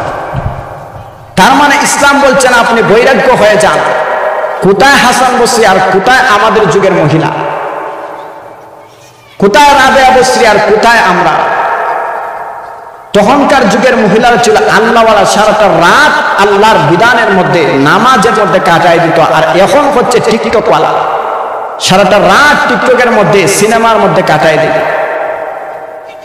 এখন এই যুগের মধ্যে কেউ ভালো থাকতে পারবে না, যার কারণে বিবাহ অবশ্যই বসতেই হবে। তো আসুন আমি আপনাদের সম্মুখে 5টা ইলম সম্পর্কে আলোচনা করেছি, যে 5টা ইলম কেউই জানে না, শুধুমাত্র কেবলমাত্র আল্লাহ পাক রব্বুল আলামিন জানেন। তার মধ্যে প্রথম নম্বর ইলমটার নামই হচ্ছে ইন্নাল্লাহা ইনদাহু ইলমুস সাআ। কিয়ামত কখন হবে দুনিয়ার কেউ বলতে পারবে না, কোনো নবী বলতে পারবে না, কোনো পয়গম্বর বলতে পারবে না, কোনো বৈজ্ঞানিক, কোনো দার্শনিক কেউ বলতে পারবে না কিয়ামত কখন হবে। এটা বোঝার জন্য আরেকটা ওয়াকিয়া, আরেকটা ঘটনা আপনাদের সম্মুখে উপস্থাপন করতে হবে। জগৎ বিখ্যাত একজন ইমাম ছিলেন, ওনার নামটা হচ্ছে ইমাম মালিক রহমতুল্লাহি আলাইহি। প্রসিদ্ধ চার ইমামের মধ্যে ইমাম মালিক রহমতুল্লাহি আলাইহি হচ্ছেন একজন ইমাম। ইমাম মালিক রহমতুল্লাহি আলাইহি জীবনের শেষ লগ্নে সবসময় মদিনার মধ্যে বসবাস করেন, মদিনার বাইরে কোথাও যান না। কেন যান না? উনি চান ওনার কবরটা যেন মদিনার মধ্যে হয়ে যায়, কারণ যেই মদিনার মধ্যে প্রিয় নবী সাল্লাল্লাহু আলাইহি ওয়াসাল্লাম শায়িত, নবীজিকে যেই মদিনার মধ্যে দাফন করা হয়েছে, ইমাম মালিক চান সেখানে যেন মদিনার মধ্যে যেন তার কবরটা হয়ে যায়। ইমাম মালিক রহমতুল্লাহি আলাইহি যার কারণে মদিনার বাইরে কোথাও যান না। ইমাম মালিক রহমতুল্লাহি আলাইহি জীবনে অনেকবার উমরা করেছেন। ইমাম মালিক রহমতুল্লাহি আলাইহি হজ আদায় করেছেন, কিন্তু যখন হজের মৌসুম আসলো সকল মানুষেরা হজ আদায় করার জন্য যায়, ইমাম মালিক রহমতুল্লাহি আলাইহি উনিও চান ওনার কবরটা, উনিও চান উনি হজ করার জন্য যাইবেন। ইমাম মালিক রহমতুল্লাহি আলাইহি আবার মনে মনে চিন্তা ধারণা করেন, আমি তো হজ করার জন্য যাব, আমার হজ করার জন্য যাওয়ার পরে যদি আমার মৃত্যুটা মক্কার মধ্যে হয়ে যায়, তাহলে তো আমাকে মক্কার মধ্যে কবর দেওয়া হবে, দাফন করা হবে, আমাকে তো আর মদিনার মধ্যে দাফন করা হবে না, জান্নাতুল বাকির মধ্যে আমার কবরটা হবে না। যার কারণে ইমাম মালিক রহমতুল্লাহি আলাইহি অনেক টেনশন করতেছেন, অনেক চিন্তা করতেছেন। ইমাম মালিক রহমতুল্লাহি আলাইহি রাত্রিবেলা যখন ঘুমের মধ্যে শুয়েছেন, ঘুমের মধ্যে শোয়ার পরে আল্লাহর হাবিব বিশ্বনবী রাহমাতুল লিল আলামিনকে স্বপ্নে যুগের মধ্যে দেখলেন। আল্লাহর হাবিব বিশ্বনবীজি রাহমাতুল লিল আলামিনকে স্বপ্নে যুগে দেখার পরে বিভিন্ন বিষয়ে আলাপ করেছেন, আলোচনা করেছেন। ইমাম মালিক রহমতুল্লাহি আলাইহি শেষ পর্যায়ে নবী সাল্লাল্লাহু আলাইহি ওয়াসাল্লামকে বললেন, ইয়া রাসূলুল্লাহ, ইয়া হাবিবাল্লাহ, আমি তো হজ করার জন্য মক্কার মধ্যে যাব, আমি কতদিন বাঁচবো আপনি যদি বলে দিতেন। নবী সাল্লাল্লাহু আলাইহি ওয়াসাল্লাম তাকে 5টা আঙ্গুল স্বপ্নে যুগের মধ্যে দেখাইলেন। 5টা আঙ্গুল যেই মুহূর্তের ভিতরে ইমাম মালিক রহমতুল্লাহি আলাইহি স্বপ্নে যুগের মধ্যে দেখলো, আরো পেরেশান বেড়ে গেল। হায় হায়, নবীজি 5টা আঙ্গুলের মাধ্যমে কি বুঝিয়েছেন? আমি 5 বছর বাঁচবো নাকি 5 মাস বাঁচবো নাকি আমি 5 দিন বাঁচবো? খুব চিন্তার মধ্যে পড়ে গেলেন, পেরেশানির মধ্যে পড়ে গেলেন। ইমাম মালিক রহমতুল্লাহি আলাইহি সকালবেলা যখন হলো, ওনার শাগরিদ ওনার খাদেমকে পাঠাইলেন, তদানীন্তন যুগের স্বপ্নের তাবির কারক মুহাম্মদ ইবনে সিরিনের কাছে পাঠাইলেন, যাও মুহাম্মদ ইবনে সিরিনের কাছে গিয়া বলবা, ও মুহাম্মদ ইবনে সিরিন, এই যুগের মধ্যে একজন ব্যক্তি স্বপ্নে যুগের মধ্যে নবী সাল্লাল্লাহু আলাইহি ওয়াসাল্লাম 5টা আঙ্গুল দেখিয়েছেন, এই স্বপ্নের ব্যাখ্যাটা কি মুহাম্মদ ইবনে সিরিনের কাছ থেকে জেনে আসবা। আবার শর্ত হলো আমার নামটা কিন্তু মুহাম্মদ ইবনে সিরিনের কাছে বলবা না। এবার খাদেম গেল মুহাম্মদ ইবনে সিরিনের কাছে, ও মুহাম্মদ ইবনে সিরিন, একজন ব্যক্তি স্বপ্নে যুগের মধ্যে নবী সাল্লাল্লাহু আলাইহি ওয়াসাল্লাম তাকে 5টা আঙ্গুল স্বপ্নে যুগের মধ্যে দেখাইছেন, এই 5টা আঙ্গুলের মাধ্যমে নবীজি কি বুঝিয়েছেন? ইমাম মালিক রহমতুল্লাহি আলাইহির খাদেমে গিয়ে সঙ্গে সঙ্গে মুহাম্মদ ইবনে সিরিনের কাছে এই কথা বলবো। মুহাম্মদ ইবনে সিরিন ডাক দিয়ে বলল, ও খাদেম, ও ব্যক্তি আগে বলো ওনার নাম কি যিনি স্বপ্নে যুগের মধ্যে দেখেছেন। এবার খাদেম ডাক দিয়ে বলল, মনে করেন আমি স্বপ্নে যুগের মধ্যে দেখেছি। না, তুমি এই স্বপ্ন যুগে দেখতে পারবা না, এমন স্বপ্ন দেখার ভাগ্য তোমার হয় নাই। এই স্বপ্ন দুনিয়ার কোন সাধারণ মানুষ দেখতে পারে না। আমার মনে হয় এই স্বপ্ন এই যুগের বড় একজন আলেম দেখেছে। এবার খাদেম চলে আসলো ইমাম মালিকের কাছে। ওই ইমাম মালিক নাম না বললে মুহাম্মদ ইবনে সিরিন এই স্বপ্নের ব্যাখ্যা দিচ্ছে না। যাও যাও যাও, আমার নামটা গিয়ে বলে দিও। এবার আবার খাদেম চলে আসলো, আয়েশা বলল, ও মুহাম্মদ ইবনে সিরিন, এই স্বপ্নটা দেখেছি ইমাম মালিক। তখন মুহাম্মদ ইবনে সিরিন জবাব দিল, আমি আগেই বলেছিলাম এই স্বপ্নটা দুনিয়ার কোনো সাধারণ মানুষ দেখতে পারে না। এই স্বপ্নটা দেখেছে নিশ্চিত কোনো আল্লাহওয়ালা একজন বুজুর্গ, এই যুগের মধ্যে বড় আলেম। শোনো নবী সাল্লাল্লাহু আলাইহি ওয়াসাল্লাম স্বপ্নের মাধ্যমে 5 আঙ্গুলের দ্বারাতে 5 বছর বোঝান নাই, 5 মাস বোঝান নাই, এমন কি 5 দিন বোঝান নাই। প্রিয় নবী সাল্লাল্লাহু আলাইহি ওয়াসাল্লাম এই 5 আঙ্গুলের মাধ্যমে ওই দিকে ইঙ্গিত করেছেন, অর্থাৎ মহান আল্লাহ পাক রব্বুল আলামিন ছাড়া 5টা জিনিস এমন আছে দুনিয়ার কোনো মানুষ বলতে পারবে না, দুনিয়ার কোনো দার্শনিক, দুনিয়ার কোনো বৈজ্ঞানিক বলতে পারবে না। এই 5টা ইলম একমাত্র মহান আল্লাহ পাক রব্বুল আলামিন জানেন। আল্লাহ ছাড়া এই ইলম সম্পর্কে দুনিয়ার কোনো মানুষ জানে না। ইমাম মালিক রাহমাতুল্লাহি আলাইহি স্বপ্নের মাধ্যমে আরো বিষয়টা সহজ হয়ে গেল। ইমাম মালিক রাহমাতুল্লাহি আলাইহি স্বপ্নে দেখেছেন, উনি তো সাধারণ ব্যক্তি না, প্রসিদ্ধ 4 ইমামের মধ্যে একজন ইমাম হচ্ছেন ইমাম মালিক রাহমাতুল্লাহি আলাইহি, জগৎ বিখ্যাত একজন ইমাম। ওনার স্বপ্ন তো সাধারণ স্বপ্ন না।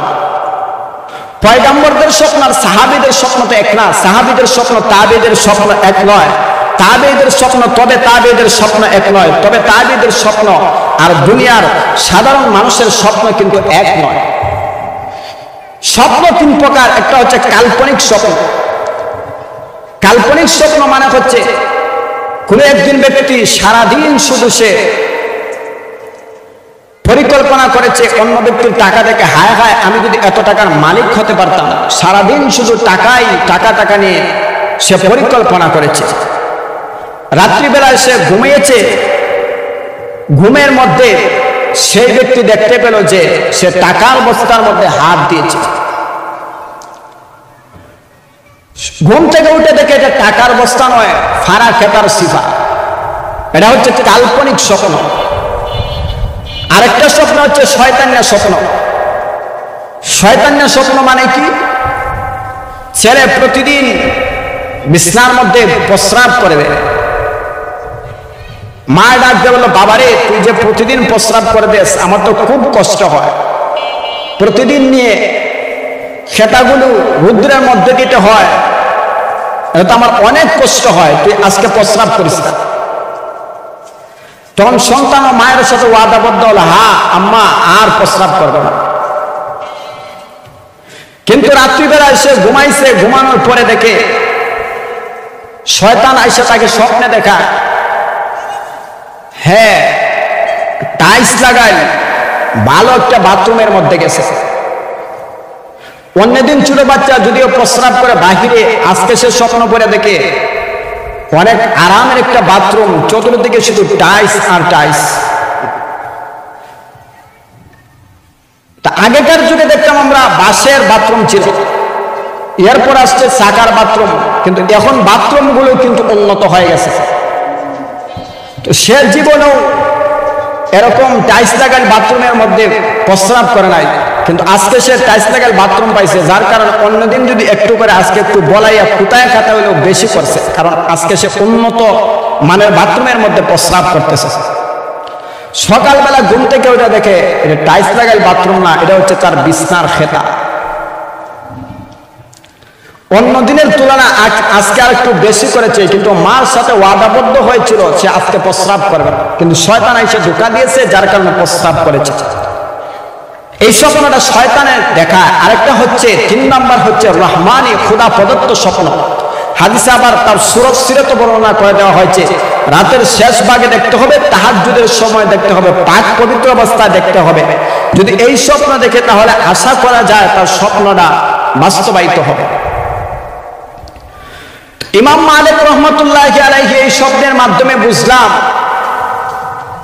যে 5টা জিনিস এমন আছে যা দুনিয়ার কোনো মানুষ জানে না, কেউ জানে না। এই 5টা জিনিসের মধ্যে প্রথম নাম্বারটাই হচ্ছে ইন্নাল্লাহা ইনদাহু ইলমুস সাআ, কিয়ামত কখন হবে কেউ দুনিয়ার কোনো মানুষ বলতে পারবে না, দুনিয়ার কোনো দার্শনিক বৈজ্ঞানিক বলতে পারবে না, শুধুমাত্র কেবলমাত্র আল্লাহ পাক রব্বুল আলামিন বলতে পারবে।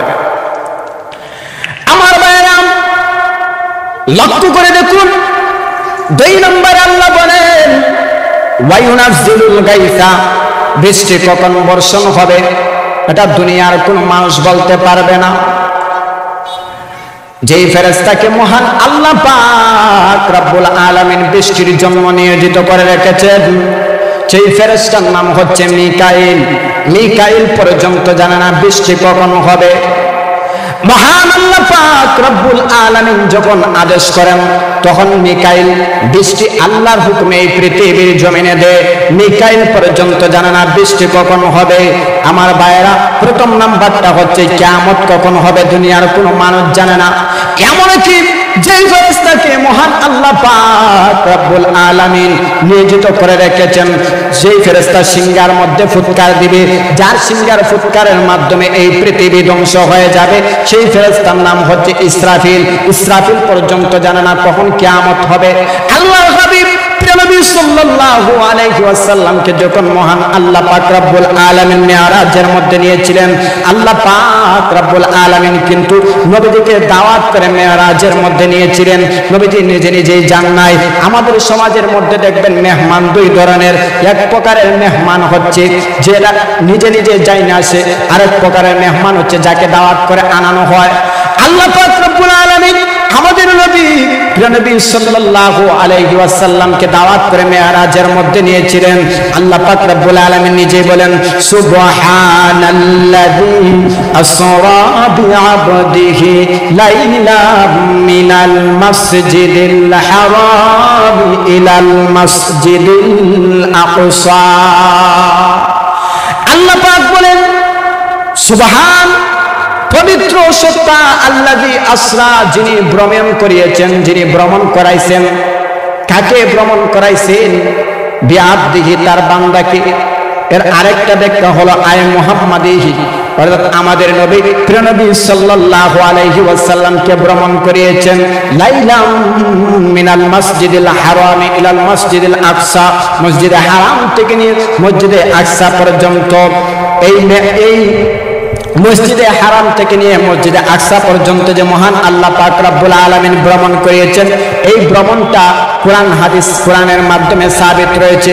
আর মসজিদে আকসা থেকে মহান আল্লাহ পাক রব্বুল আলামিন সাত আসমানের উপরে সিদরাতুল মুনতাহা পাড়ি দিয়ে আল্লাহর আরশ পর্যন্ত নিয়ে পৌঁছাইছেন, সেটা হাদিসে মুতাওয়াতির দ্বারা সাবিত। এত বোঝা গেল আল্লাহ নবী বিশ্বনবীজি রাহমাতুল লিল আলামিনকে মহান আল্লাহ পাক রব্বুল আলামিন দাওয়াত করে নিয়েছিলেন।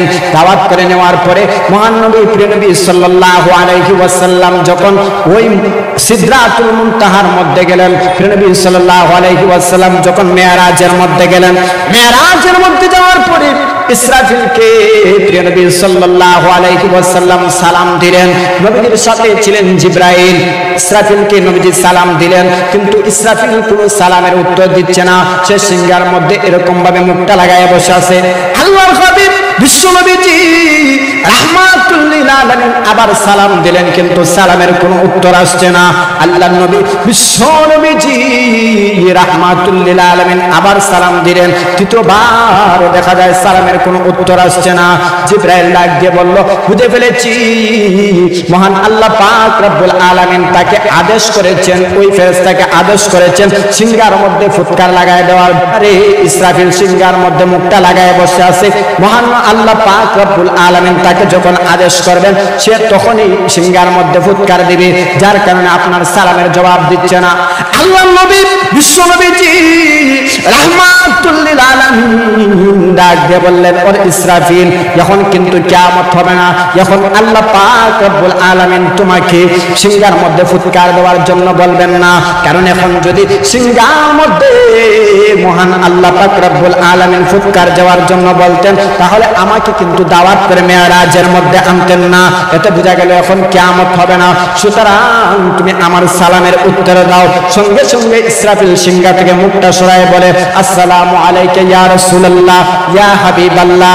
এতে বোঝা গেল আল্লাহর নবী প্রিয় নবী সাল্লাল্লাহু আলাইহি ওয়াসাল্লামকে মহান আল্লাহ পাক রব্বুল আলামিন দাওয়াত করে মেরাজের মধ্যে নিয়েছিলেন। এই ঘটনা থেকে আমরা বুঝতে পারলাম ইসরাফিল পর্যন্ত জানে না কিয়ামত কখন হবে। কিয়ামত কখন হবে দুনিয়ার কোনো মানুষ জানে না। দুই নাম্বার হলো বৃষ্টি কখন হবে, দুনিয়ার কোনো মানুষ জানে না। বৃষ্টির জন্য নিয়োজিত ফেরেশতাও জানে না। তিন নাম্বার হলো ওয়ায়ালামু মা ফিল আরহাম,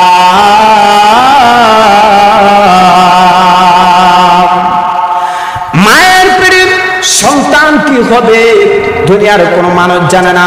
এখন আপনার আমার প্রশ্ন হলো, এখন তো দেখা যায় আমরা কম্পিউটারের মাধ্যমে, আল্ট্রাসাউন্ডের মাধ্যমে আমরা জেনে ফেলি মায়ের পেটের ছেলে হবে না মেয়ে হবে। তাহলে আল্লাহর কথার তাৎপর্য কি? এর ব্যাখ্যা হলো, অনেক সময় বলে দেয় ছেলে হবে, কিন্তু ছেলে হয় না, হয়ে যায় মেয়ে। মানুষ খুব আশা করে বসে আছে যে ছেলে হবে, কিন্তু দেখা যায় ছেলে হয় না, হয়ে যায় মেয়ে। আর যেটার মাধ্যমে জানে, এটার নাম হচ্ছে কম্পিউটার। এই মেশিনটা আবিষ্কার করার যোগ্যতা দিয়েছেন কিন্তু মহান আল্লাহ পাক রব্বুল আলামিন। আল্লাহ পাক রব্বুল আলামিন যদি এই ক্ষমতা না দিতেন, এই জ্ঞান বুদ্ধি না দিতেন, তাহলে এই মেশিন আবিষ্কার করার মতো দুনিয়ার কোনো মানুষের সামর্থ্য হতো না।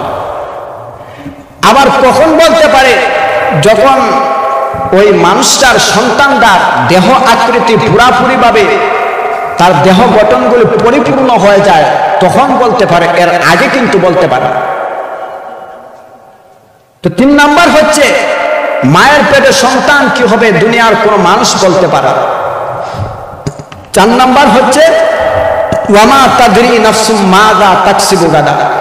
বান্দা আগামীকাল কি উপার্জন করবে, কি কসব করবে, কি কামাই করবে, দুনিয়ার কোনো মানুষ বলতে পারবে না। এটা একমাত্র আল্লাহ পাক রব্বুল আলামিন বলতে পারবেন।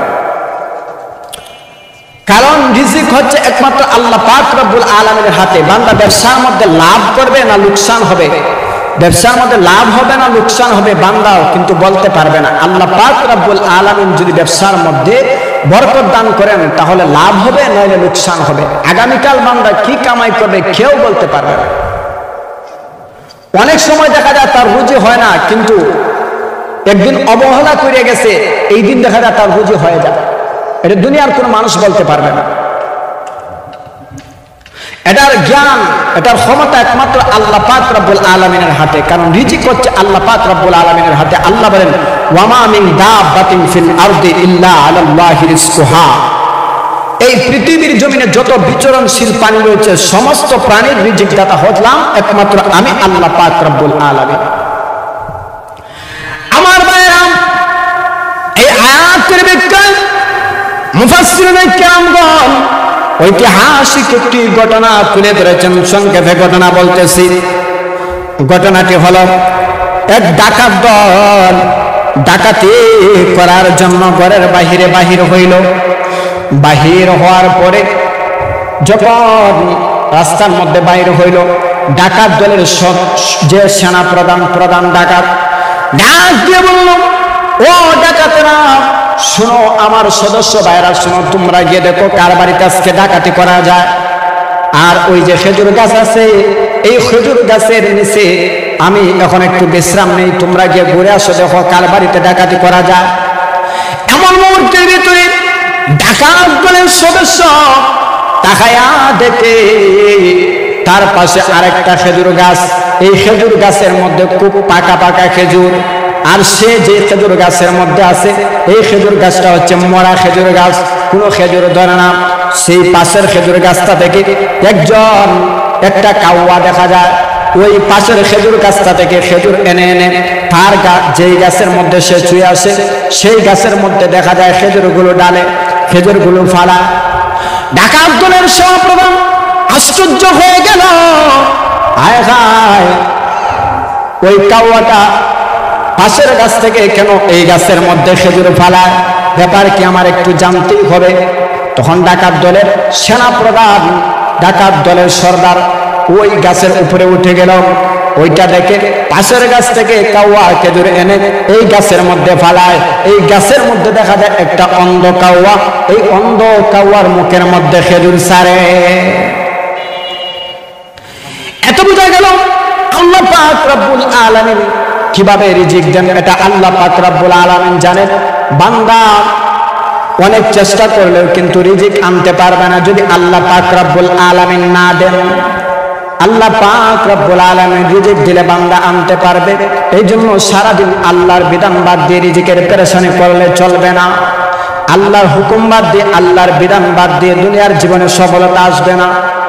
কারণ এই পৃথিবী জীবনে যদি আপনি আমি যদি শান্তিপূর্ণভাবে বসবাস করতে হয়, তাহলে আল্লাহর বিধান অবশ্যই অবশ্যই মানতে হবে, নবীজির সুন্নত তরিকা মতে চলতে হবে, নবীজি যেভাবে চলেছেন আমরা ঠিক সেইভাবে চলতে হবে।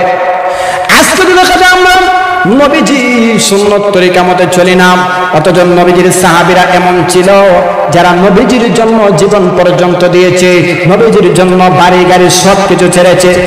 যেমন ভাবে আল্লাহ নবী বিশ্ব নবীজি রাহমাতুল লিল আলামিনের একজন সাহাবী যার নামটা হলো আব্দুল্লাহ জুলবাজদাইন, মূলত ওনার নাম ছিল আব্দুল উজ্জা। আব্দুল শব্দের অর্থ হলো গোলাম, উজ্জা শব্দের অর্থ হলো মূর্তি। উনি মূলত ছিলেন একটা মূর্তির গোলাম। কম বয়সে একটা যুবক, ছোটবেলায় বাবা মারা যায়, চাচার কাছে লালিত পালিত হন, আদর স্নেহ মায়া মমতা চাচা অনেক করে, কারণ চাচার একটা সন্তান আদিও নাই। আবার তার পিতাও ছিলেন একজন কাপড় ব্যবসায়ী, সকাল বেলা একটা কাপড় পরিধান করাইতেন, আবার বিকাল বেলা একটা নতুন কাপড় পরিধান করাইতেন।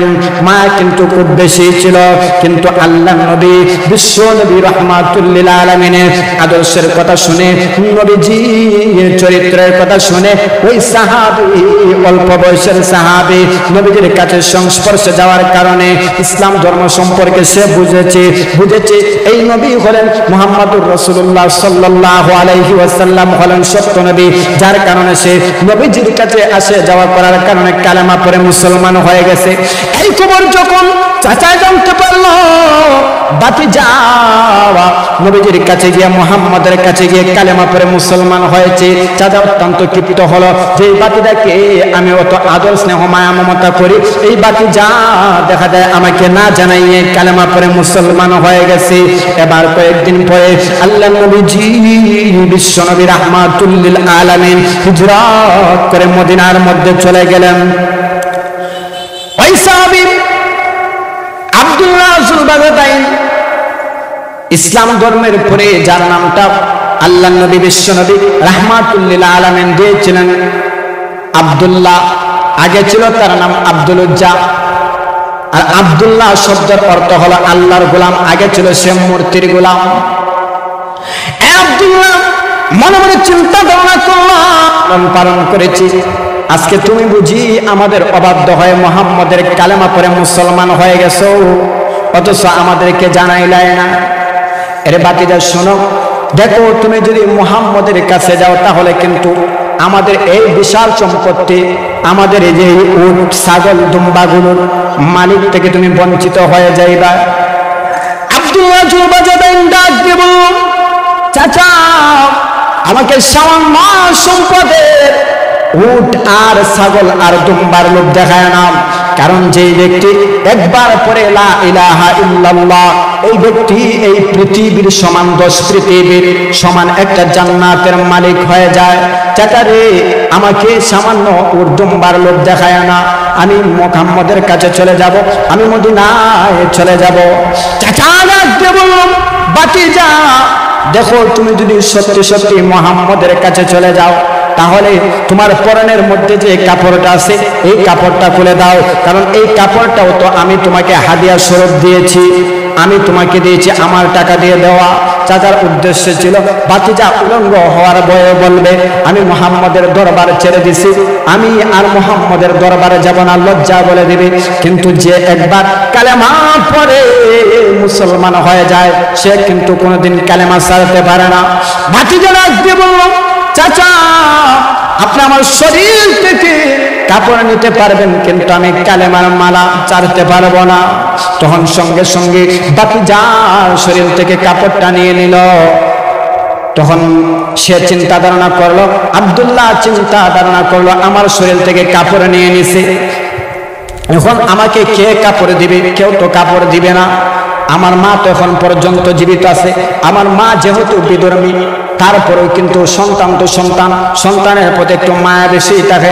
আমি যাই আমার মায়ের কাছে দেখি আমার মা আমাকে একটা কাপড় দেয় কিনা। তখন আব্দুল্লাহ গেল তার মায়ের কাছে, মাগো আমাকে জীবনের মতো বিদায় দিয়ে দাও, আমি আর কোনোদিন তোমার কাছে আসবো না, আর যদি পারো আমাকে একটা কাপড় দাও, কারণ আমার শরীর থেকে আমার চাচা কাপড় খুলে নিয়েছে। তখন মা সঙ্গে সঙ্গে একটা কাপড় নিয়ে আসলো। এমন একটা কাপড় এনেছে যে কাপড়ের মাধ্যমে যদি নাভি ঘুরে হাঁটু ঘুরে না, হাঁটু ঘুরলে নাভি ঘুরে না। এই কাপড়টা পরে আব্দুল্লাহ গভীর রজনীতে আল্লাহ নবী বিশ্ব নবী রাহমাতুল লিল আলামিনের কাছে গেল। মদিনার মধ্যে গিয়ে নবীজির হুজরার মধ্যে ডাক দিল, ইয়া রাসূলুল্লাহ, ইয়া হাবিবাল্লাহ, ওগো নবীজি আমি এসে গেছি। আল্লাহ নবী বিশ্ব নবীজি রাহমাতুল লিল আলামিন বললেন, কে এসেছো? বলে আমি আব্দুল্লাহ এসেছি। কোন আব্দুল্লাহ? নবী গো, আমি যে কয়েকদিন আগে যুবক বয়সের মানুষ, আমার নামটা ছিল আব্দুল উজ্জা, আমি তোমার হাতে কালেমা পড়ে মুসলমান হয়েছি, আপনি আমার নামটা রেখে দিয়েছেন আব্দুল্লাহ। আল্লাহ নবী বিশ্ব নবী রাহমাতুল লিল আলামিন সঙ্গে সঙ্গে হুজরা থেকে বাইর হয়ে আব্দুল্লাহর দিকে তাকাইলেন। তাকায় দেখেন নবীজি আব্দুল্লাহর গায়ের মধ্যে কাপড় নাই। এর আব্দুল্লাহ, তুমি তো ধনী চাচার ভাতিজা, কিন্তু তোমার শরীরের মধ্যে কেন কাপড় নাই? কাপড় নাই। তখন আব্দুল্লাহ ডাক দিয়ে বলল, ইয়া রাসূলুল্লাহ, ইয়া হাবিবাল্লাহ, ওগো নবীজি আমার শরীরের মধ্যে কাপড় ছিল, কিন্তু আমি ইসলাম ধর্ম গ্রহণ করার কারণে, আপনার কাছে আসার কারণে আমার চাচা আমাকে সমস্ত সম্পত্তি থেকে বন্টন করে, সমস্ত সম্পত্তি থেকে আমাকে পৃথক করে দিয়েছে, আমাকে আরো সম্পদের ভাগ দিবে না, আমাকে বঞ্চিত করে দিয়েছে। এমনকি আমার শরীরের মধ্যে যে কাপড়টা ছিল এই কাপড়টা পর্যন্ত তুলে নিয়েছে। আল্লাহ নবী বিশ্ব নবী রাহমাতুল লিল আলামিন সঙ্গে সঙ্গে হুজরা মুবারকের মধ্যে ঢুকে নবীজির সঙ্গে সঙ্গে দুইটা কাপড় নিয়ে আসলেন। কাপড় নিয়ে এসে আব্দুল্লাহকে হাদিয়া শরীফ দিলেন। এরা আব্দুল্লাহ, শোনো, তুমি একটা কাপড়ের মাধ্যমে নাভি থেকে হাঁটু পর্যন্ত লঙ্গি আকারে ব্যবহার করবা, আর একটা কাপড় দিয়ে তুমি সমস্ত শরীর ঢাকবা। সঙ্গে সঙ্গে এই দুইটা কাপড় হাদিয়া দেওয়ার কারণে তার উপাধি হয়ে গেল, তার লকব হয়ে গেল আব্দুল্লাহ জুল বাদাদাইন। এবার আব্দুল্লাহ জুল বাদাদাইন দেখা যায় কয়েকদিন পরে মসজিদে নববীর মধ্যে গিয়া জোরে জোরে কোরআন তেলাওয়াত করে, জোরে জোরে কোরআন তেলাওয়াত করার কারণে সাহাবায়ে কেরাম গিয়া নবীর কাছে গিয়ে তার নামে নালিশ করলো, অভিযোগ করলো, ইয়া রাসূলুল্লাহ, ইয়া হাবিবাল্লাহ, ওগো নবীজি আপনার সাহাবী আব্দুল্লাহ তো জোরে জোরে কোরআন তেলাওয়াত করে, যার কারণে আমাদের ঘুমের ডিস্টার্ব হয়ে যায়। আল্লাহ নবী বিশ্ব নবীজি রাহমাতুল লিল আলামিন বলেন, ও আমার সাহাবীরা শোনো, আব্দুল্লাহকে তোমরা বাধা দিও না। কারণ জানো কেন? আব্দুল্লাহ ইসলাম ধর্মের কারণে সব ছেড়েছে, আমার কাছে আসার কারণে সে ছিল ধনী চাচার ভাতিজা, ধনী বাবার সন্তান, সে সমস্ত সম্পত্তি থেকে বঞ্চিত হয়েছে। আমার কারণে আসার কারণে, আমার কাছে আসার কারণে কাপড় চোপড় সবকিছু থেকে সে বঞ্চিত হয়েছে। সে জুড়ে জুড়ে কোরআন তেলাওয়াত করে তার অতীতের যে কষ্টগুলো আছে সেই কষ্টগুলোকে দূর করতেছে। সুতরাং তোমরা আব্দুল্লাহকে জুড়ে জুড়ে কোরআন তেলাওয়াত করতে বাধা দিও না। কয়েকদিন পরে একটা যুদ্ধের জন্য আল্লাহর হাবিব বিশ্ব নবীজি রাহমাতুল লিল আলামিন সমস্ত সাহাবায়ে কেরামদেরকে ডাক দিলেন, ও আমার সাহাবীরা শোনো, যে সাহাবী পারো মাল দিয়ে সাহায্য সহযোগিতা করো, যার টাকা আছে টাকা দিয়ে সাহায্য সহযোগিতা করো, যার সম্পত্তি আছে সম্পত্তি দিয়ে সাহায্য সহযোগিতা করো। তখন সবাই দেখা যায় যে যাই পারছে তা দিয়ে সাহায্য সহযোগিতা করছে, কিন্তু ওই সাহাবী কিছু দিতে পারলো না। যুদ্ধের মধ্যে সমস্ত সাহাবী নবীজি সহ সমস্ত সাহাবীরা যুদ্ধের মাঠে গেল, কিন্তু যুদ্ধের মাঠে যাওয়ার পরে ঘটনাক্রমে এই যুদ্ধটা হয় নাই। এই যুদ্ধটার নাম হলো তাবুকের যুদ্ধ। তাবুকের মাঠ থেকে আল্লাহর হাবিব বিশ্ব নবীজি রাহমাতুল লিল আলামিন সাহাবায়ে কেরামদেরকে নিয়ে ফিরে আসলেন। ফিরে আসার পরে রাস্তার মধ্যে সন্ধ্যা হয়ে গেল। আল্লাহ নবীজি বিশ্ব নবী রাহমাতুল লিল আলামিন সমস্ত সাহাবায়ে কেরামদেরকে নিয়ে মরুভূমির মধ্যে একটা তাবু গাড়লেন। সমস্ত সাহাবায়ে কেরাম মরুভূমির মধ্যে রাত্রি যাপন করলো। হঠাৎ করে দেখা যায় রাত্রি যখন ঘনিয়ে আসলো কার কান্না দেখা যায়, শোনা যায়। আল্লাহর নবী বিশ্ব নবীজি রাহমাতুল লিল আলামিন বললেন, কে রে এত রাত্রি বেলায় কান্না করতেছে, কে কান্না করতেছে? তখন সমস্ত সাহাবায়ে কেরাম বলল, আপনার সাহাবী আব্দুল্লাহ যুলবাজদান কান্না করতেছে। কেন কান্না করতেছে? তার শরীরের মধ্যে দেখা যায় প্রচন্ড পরিমাণের জ্বর উঠে গেছে। আল্লাহর নবী বিশ্ব নবী রাহমাতুল লিল আলামিন ডাক দিয়ে বললেন, ও আমার সাহাবীরা, আমার এই সাহাবী আব্দুল্লাহকে আমার কাছে আনো। নবীজি আব্দুল্লাহকে কাছে আনার পরে নবীজি উর মুবারকের মধ্যে আব্দুল্লাহর মাথাটা রাখলেন। এবার আব্দুল্লাহ নবীজির দিকে তাকায় রইল, নবীজি ও আব্দুল্লাহর দিকে তাকায় রইল। এবার আব্দুল্লাহ ডাক দিয়ে বলল, ইয়া রাসূলুল্লাহ ওয়া ইয়া হাবিবাল্লাহ, আপনি কি আমার প্রতি সন্তুষ্ট?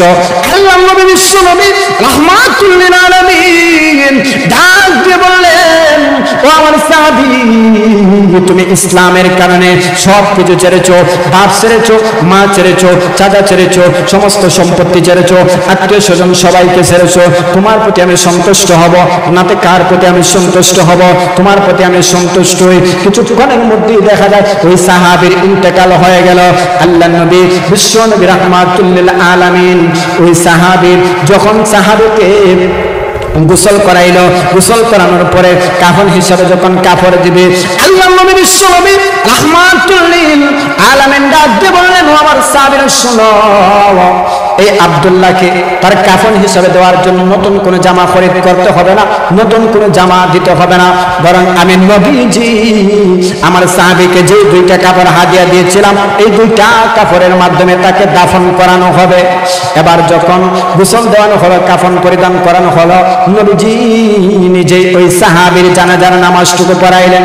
জানাজার নামাজ পড়ানোর পরে যখন কবরের মধ্যে শোয়ানো হবে, এমন মুহূর্তের ভিতরে শরীয়তের বিধান হলো নিকট আত্মীয় মানুষ কবরের মধ্যে নামাবে। তখন তার তো নিকট আত্মীয় কেউ নাই, ইসলাম ধর্মের কারণে সবার ছেড়েছে। আল্লাহর নবী বিশ্ব নবী রাহমাতুল লিল আলামিন ডাক দিয়ে বললেন, ও আমার সাহাবীরা শোনো, আমার সাহাবীর তো নিকট আত্মীয় কেউ নাই, তাহলে শোনো, আমি স্বয়ং নবীজি নিজে তার নিকট আত্মীয় হয়ে তার কবরের মধ্যে রেখে তার লাশটাকে দাফন করব। এবার নবীজি তার কবরের মধ্যে নেমে আব্দুল্লাহকে কবরের মধ্যে দাফন করলেন। দাফন করার পরে আল্লাহর নবীজি বিশ্বনবী রাহমাতুল লিল আলামিন এবার হাতটাকে লম্বা করে আকাশের দিকে তাকাইয়া আল্লাহকে ডাক দিয়ে বললেন, প্রভু, আমি আপনার সাহাবী, আমি আমার সাহাবী আব্দুল্লাহর প্রতি সন্তুষ্ট, আপনিও আমার সাহাবী আব্দুল্লাহর প্রতি সন্তুষ্ট হয়ে যান। ওই সাহাবীর লাশটাকে দাফন করানো হলো। সকল সাহাবায়ে কেরাম কান্নার রোল পড়ে গেল। আয় আব্দুল্লাহ যুলবাজদাইন, তোমার ভাগ্যটা কত ভালো, তোমার লাশটা স্বয়ং এমন ব্যক্তি দাফন করেছেন যিনি হচ্ছেন দুই জাহানের সরদার প্রিয় নবী সাল্লাল্লাহু আলাইহি ওয়াসাল্লাম নিজেকে কবরের মধ্যে নেড়ে দাফন করেছেন। তোমার ভাগ্যটা কত বড়ই ভালো। নবীজির সাহাবীরা ইসলাম ধর্মের কারণে নবীজির মহব্বতে বাপ ছেড়েছে, মা ছেড়েছে, আত্মীয় স্বজন সবাইকে ছেড়েছে, এমনকি ধন সম্পদ সবকিছু ছেড়েছে, তবু ঈমান পর্যন্ত জানে নাই। এই জন্য চতুর্থ নাম্বারটা হলো আল্লাহ বলেন, ওয়ামা তাদরি নাফসুম মাযা তাকসিবু গাদা। বান্দা আগামীকাল কি উপার্জন করবে, কি কামাই করবে, দুনিয়ার কোনো মানুষ বলতে পারবে না। এখন আসুন চতুর্থ নাম্বার বললাম, পঞ্চম নাম্বারটা কি? আল্লাহ পাক রব্বুল আলামিন বলেন, ওয়ামা তাদরি নাফসুম বিআইয়ি আরদিন তামুত। পঞ্চম নাম্বারটা হলো যেমন ভাবে কখন মৃত্যুবরণ করবে এটা বান্দা জানে না, কোথায় মৃত্যুবরণ করবে সেটাও কিন্তু বান্দা জানে না। এটার ক্ষমতা আল্লাহ পাক রব্বুল আলামিন দেন নাই। বান্দা এই দেশের মধ্যে মৃত্যুবরণ করবে, তার বাড়িতে মৃত্যুবরণ করবে, নাকি সে ঢাকা শহরে মৃত্যুবরণ করবে, সুনামগঞ্জ শহরে মৃত্যুবরণ করবে, কেউ বলতে পারবে না। গাড়িতে অ্যাক্সিডেন্ট করে মৃত্যুবরণ করবে, নাকি আগুনে পুড়ে মরবে, নাকি নদীতে ডুবে মরবে, নাকি শত্রুর হাতে মরবে, কেউ বলতে পারবে না। এটার ক্ষমতা আল্লাহ পাক রব্বুল আলামিনের হাতে। অনেক সময় দেখা যায় যারা 10-15 বছর পর্যন্ত বিদেশের মাটিতে ছিল, সেখানে মৃত্যুবরণ হয় নাই, বাড়িতে আসার 2 দিন পরে মৃত্যুবরণ হয়ে গেছে। অনেক সময় দেখা যায় বাড়ি থেকে যাওয়ার সময় ফ্লাইটের মধ্যে নামার পরে পরে তার ইন্তেকাল হয়ে গেছে, বিমান দুর্ঘটনায় তার ইন্তেকাল হয়ে গেছে, এই জন্য সে কোথায় মৃত্যুবরণ করবে সেটা বলতে পারবে না।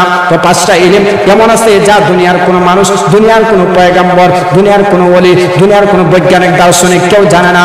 এই ইলম সম্পর্কে মহান আল্লাহ পাক রব্বুল আলামিন জানেন। তার মধ্যে প্রথম নাম্বারটা হলো ইন্নাল্লাহা ইনদাহু ইলমুস সাআ, কিয়ামত কখন হবে দুনিয়ার কোনো মানুষ বলতে পারবে না।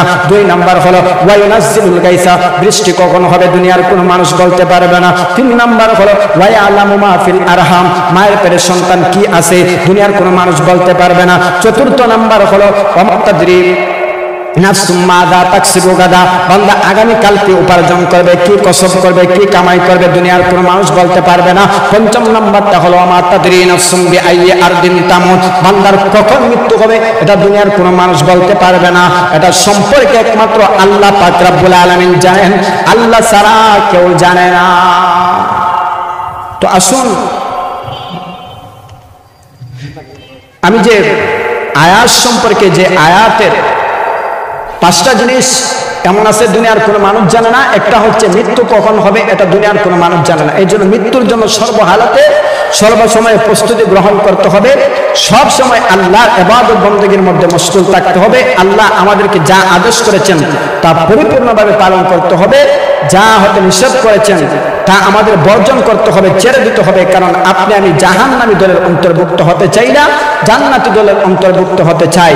আল্লাহ পাক রব্বুল আলামিনের কাছে সর্বহালাতে সর্বসময় দোয়া করি, আল্লাহ পাক রব্বুল আলামিন যেন আমাদেরকে এই পৃথিবীতে, এই দুনিয়াতে বেশি বেশি করে ইবাদত বন্দেগী করার মতো তৌফিক দান করেন, বেশি বেশি করে তার হুকুম আহকাম পালন করার মতো তৌফিক দান করেন, এবং আমাদেরকে যেন মৃত্যুর পরে জান্নাতের উপযুক্ত বানাইয়ে এরপরে আমাদের মৃত্যু দান করেন।